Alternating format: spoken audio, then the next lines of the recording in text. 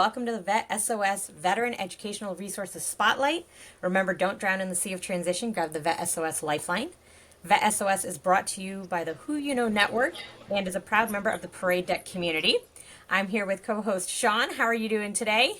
I'm doing great, Dr. Harris. So excited to talk to this organization, learn more about what they're doing. Definitely. We are excited to be joined by Mike Carrell. See, I still messed it up. Who is the Chief Operating Officer at the National Veterans Leadership Foundation, NVLF. The NVLF partners with colleges and universities nationwide to enhance the higher education experience for military-connected students. He has successfully grown NVLF from working with 10 schools to over 75 nationwide. He completed a successful Air Force career in air operations, operational planning, headquarters staff, and education, retiring as a colonel. Following these 23 years in the military, Carroll developed and launched the Ohio State University's Military and Veterans Office, which is top-tier national exemplar, rated #1 in the nation for 2 years. He has also been instrumental in building cross-university organizations as the founder of the Ohio Veteran Education Council and the Big Ten's Military Office Alliance. Carroll worked closely with the state leaders to develop and co-chair the Ohio Department of Education's Military Strategic Implementation Team, MSIT, to promote policy and programs for military members and their families across all 36 public institutions. In addition, Carroll has served as a senior academic administrator, professor, and department chair for Ohio State. Goodness, what a resume there. How are you doing today, Mike? I am doing wonderful, and thank you for having me today. Wonderful. We are happy to have you. So, briefly, mind sharing with us how your transition from service went after those years? Sure, it was kind of hurried and a little accidental, I would say. I turned down a promotion, and once I did that, the wheels started to turn very quickly. They said, well, thank you very much, and you can retire. And it was less than 90 days, so I didn't get to do the transition program or any of those kinds of things. And I had no idea what I was going to do. What I found easier, which many of your listeners may have as well, is I started to focus on what I knew I didn't want to do. In my case, I had spent some time in the Pentagon, and I knew that defense contractors like you to come work for them, but I always felt like that was kind of smarmy.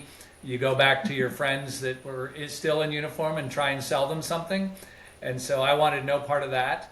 And I was just talking to the gentleman. I was at ROTC position at the university when I retired, and the gentleman that I worked for said, well, you know, we're having problems with our veterans program. How would you like to come on part-time and help us build a program? And I said, sure, that sounds like something good to do in my next life. Yep. And so I did that for a few months and turned in a plan and then walked away. And then they came back to me and said, hey, we'd like to implement this plan, and would you come on and lead it? I said, again, that sounds like something I'd like to do. I said, I'll do that for a couple years for you.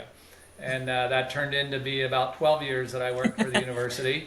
You know how that goes. But yeah, just completely fell into it. And for me and my family, it was great. I made the decision to get out of the military for family reasons. I had just gotten to Ohio State and ROTC, and my family, my kids had been in 9 schools in 10 years with the move here to Ohio, and I said I don't want to move them again. They're in high school, and so got to stay right here in Ohio, which worked out really well. And now I've been here for going on 16 years in the state of Ohio, and we love it here. And I had talked to Sean earlier. We're both from near Philadelphia area. My wife's from Pennsylvania, so it feels very similar here in Ohio, and so it's worked out well.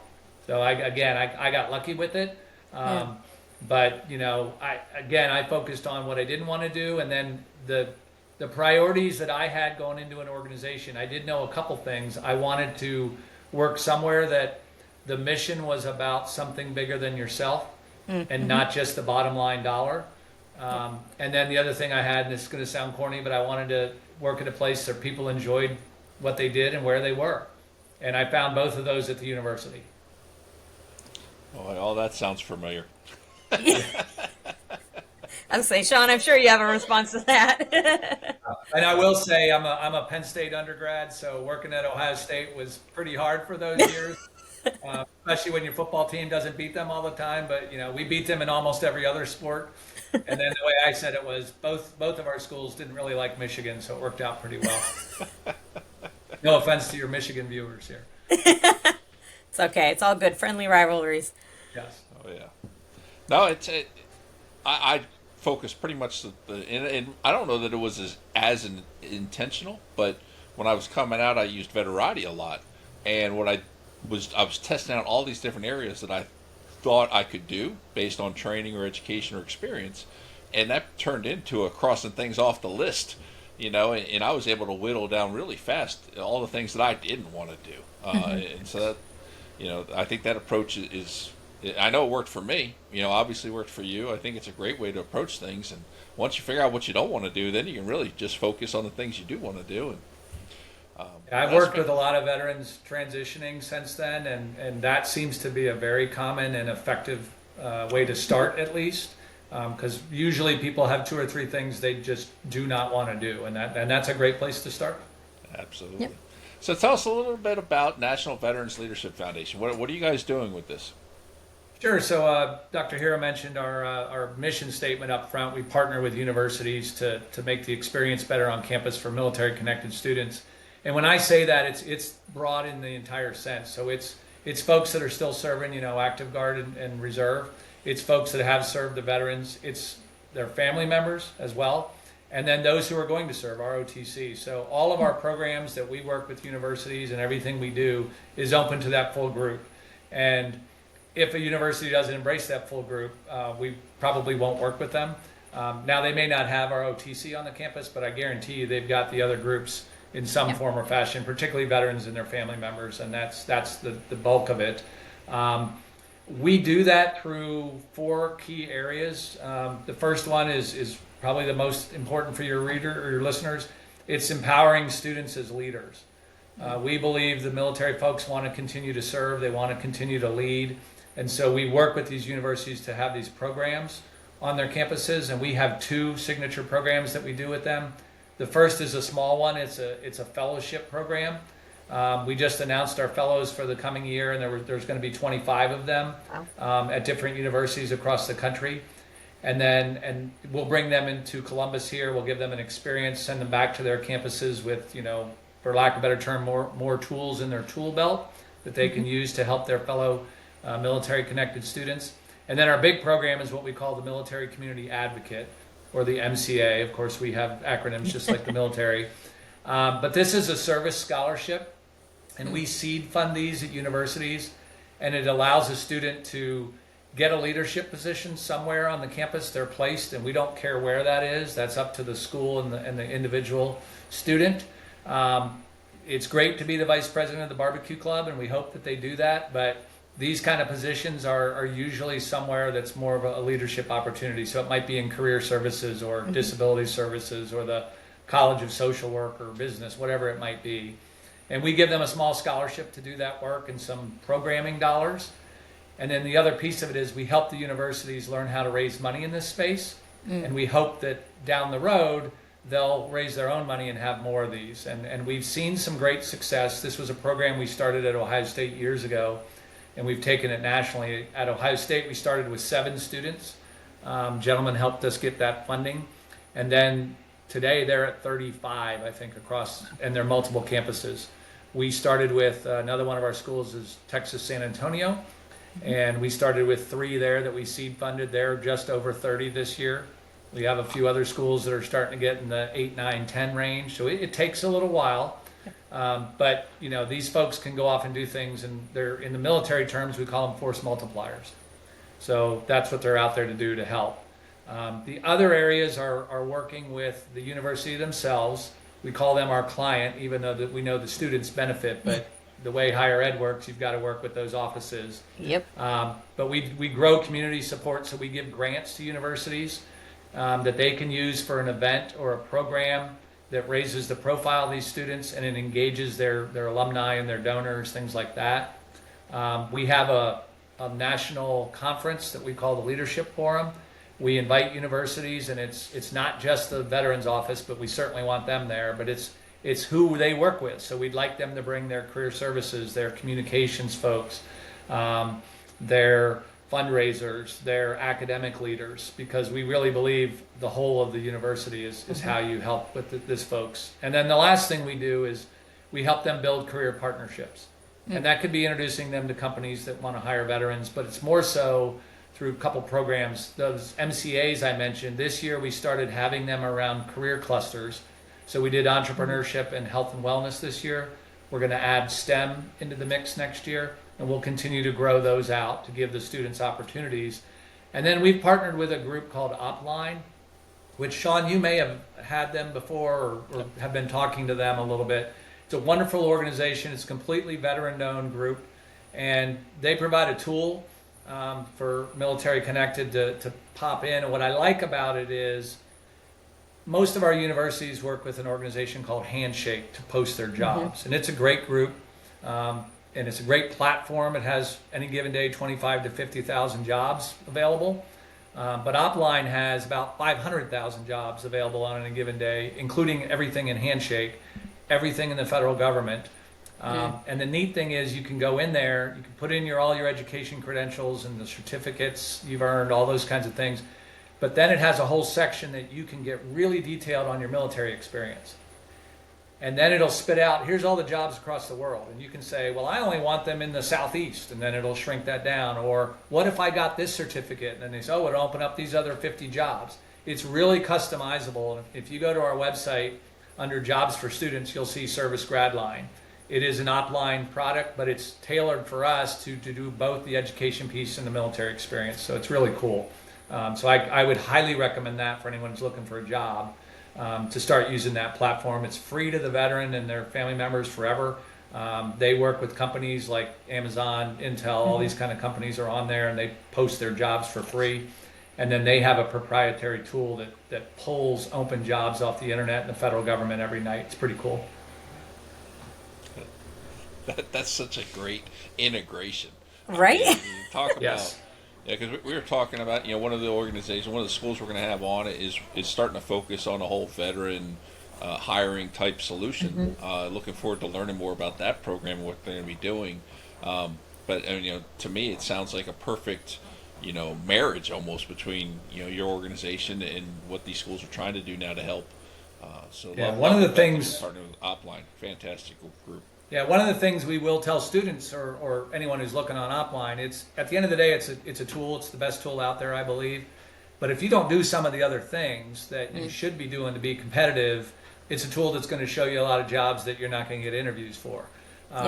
So we tell students, obviously you need to succeed academically while you're there and focus on that. But you need to be doing these other things like getting a leadership, and the MCAs are one way that we do that, but you should be doing something so when you're interviewing you can say, hey, this is what I did in addition to going to school. And then you should be taking an internship, hopefully. And this sounds weird to a lot of folks, but in the first year they get on campus, they ought to start thinking about an internship because it comes fast. And you might be able to get 2 or 3 internships. And in today's world, you really need that to land the job you really want. And so we just saw something on LinkedIn a little while back at the end of last year. About 1/3 of students in the country are getting internships. And for veterans, it's down to 5%. And we just think that's terrible. And so we're pushing this and working this with our schools as much as we can to get them over that hump. And we understand that most veterans want to go to school, get through as quick as possible, get that degree, but then they're getting to graduation and they haven't done anything else. Yeah. And so they're missing out on getting selected for the interviews. Well, I need to have Uncle Mike here talk to my son because I literally just had this conversation with him the other day at dinner saying, you need to start thinking about internships. He just finished his sophomore year. So That's the time. And that's what we say is it's the exact same thing you would tell your children when you send them off to college. It applies to veterans too, just because you're 25, 30, 40, whatever it is when you get to college. And there's challenges that come with that. We'll work with them, but that stuff doesn't go away just because you're a veteran. You have a leg up because you have some of those experiences. And when you're talking to the companies, what we typically find is those soft skills and the leadership skills that they need to develop in the 22-year-old, they don't need to for the veteran. Or maybe they do a little bit. It's more about acculturation to the workforce and to their company. They need to do that a little bit more and do that a little bit less. And some of it, I'll give you an example. When I was at Ohio State, we worked with this company that traditionally was a petroleum and engineering company. They hired 22-year-olds out of the college. They sent them up to this plant in the middle of nowhere, and they kept them there for about a year to 18 months and then moved them. Well, the students hated being up in the middle of nowhere because there's no nightlife. There's nothing for a 22-year-old. And they wanted to hire veterans. And I said, well, let's look at your model. I said, I have a bunch of 30, 35-year-olds with families that many of them got out of the military because they didn't want to keep moving. They would love to move to that community and raise their family there because it's a wonderful place to do that. Can they stay more than 12 to 18 months? You know, what you do with this 22-year-old and moving them 3 times in the next 5 years, can they do all that at that location? And they've got this, their eyes got big and they're like, we never thought about that. So sometimes the companies have to think differently. And they started trying it, and it worked wonderfully. The veterans loved it. The company loved it. It reduced the company's costs of moving people. So, you know, if they can just think a little bit differently sometimes, then they can get a great solution and get the veterans and the skills that they bring into their companies. Fantastic stuff. I absolutely love it. Yeah. But Got to get creative sometimes. And, you know, I talk with a lot of student veterans, and that industry specific knowledge, you know, yes, you have it in the military, but how are you going to, you know, mesh into a new organization, a new culture and things? I think the internship piece is so critical. Some academic programs have built-in internships and practicums and things like that. Others don't. But just because it's not there doesn't mean you shouldn't be doing it. I love that this is what you're, you know, emphasizing and supporting, because that's applying the education real time, right? And that's what a lot of the employers are looking for. That's great. You got the check in the box degree, but have you used this? Have you tried to implement the knowledge and translated that leadership skill from the military to the civilian sector and all those pieces? So if somebody wanted to connect with your organization, whether it be a student or an institution that's watching this and saying, hey, we haven't connected with them, what are the best ways to go about it? Get a hold of us directly. For a student, we can certainly help them and talk to them about where they're looking to go to school. I mean, one of the things we'll tell you, if you look at one of our affiliated schools, we know you're going to have a good experience there. It doesn't mean there's, you know, other schools that we're not affiliated with are bad experiences. Based on my time at Ohio State, I talked to over 300 schools when I was there, so I know most of the players out there. But, you know, we're affiliated with the Big Ten now. We're affiliated with every school in Ohio. We are in conversations with Notre Dame and the ACC. I'm going to be heading out to a conference next month with them. They're looking to start their first ever veterans group. So that's another 18 universities. We're hoping to bring in the SEC in about a year. And then seeing what we've done here in Ohio, we've had Texas and Florida and West Virginia reach out to us. So we will continue to grow, but if a student calls us in the middle of Washington State, you know, I know the person at Washington State University, we can connect them and do that. But part of it is too, and this, we used to do this at Ohio State, you want to put that veteran in the best place to succeed. Yeah. And if they live near a certain place and that's where they're from and they're coming out of the military, and potentially if they're coming out of combat related military duty, being around family and having a structure is important. You know, why do you really want to go to that school? Because they have a good basketball team or something? Okay, we'll get you basketball tickets to them. But go where you have that support structure, at least at first, and make that transition out. Because it is different for everybody when they transition. Until you do it, it's a little different. For universities, again, we do connect with one-off universities. We just started a program with Le Moyne University in New York. So we're willing to do that as well. Or if they're already part of a group somewhere, we'll start talking to that group and see if we can help them. Because typically, they may have an office now. 10 years ago, I wouldn't say that for every school. Most of them at least have a person or maybe a loose office. We can help them build that. We have a lot of things we can give them off the shelf that, you know, we don't care, and you can put your name on it and build a program. If they're looking to do certain things, we can connect them with a lot of other schools that have done it ahead of them, and they'll share all their materials. The nice thing about this space, which is a little different than I think the rest of higher education, nobody cares about pride of ownership. They just want to help that veteran and their family member wherever they're at, get to where they need to go. And, you know, when I first started at Ohio State, my admissions folks really looked at me side-eyed and weren't sure they liked me because I might send a student to Penn State or to Kent State or wherever. And I said, but they're doing the same thing to us. Yep. And at the end of the day, if with your 30,000 applications, if this one veteran didn't apply, it's not going to affect Ohio State. Yeah. But I need to get that veteran where he or she's going to succeed. Yep. And so they started to get it, and they do. And again, we share, and and now that we're national, we start to do all these kinds of things to help, and nobody's really upset about sharing their material, or even, hey, I'm going to send you a student, Yep. because you've got a little better program for what they're really looking for. Yeah, absolutely, and I think we're seeing that more and more, and everybody's working together, and it's fantastic. We've come down to time, Mike. This has been a fantastic conversation. It goes quick as always. Yes. We want to thank you for joining us today on VET S.O.S. and on behalf of the entire VET S.O.S. family, we want to thank everyone for joining us today. Remember, you can find VET S.O.S. podcast on all your favorite podcast platforms, YouTube, social media platforms, and make sure you subscribe and follow so you don't miss anything that we're putting out. And as always, remember, don't drown the sea of transition. Grab the VET S.O.S. Lifeline.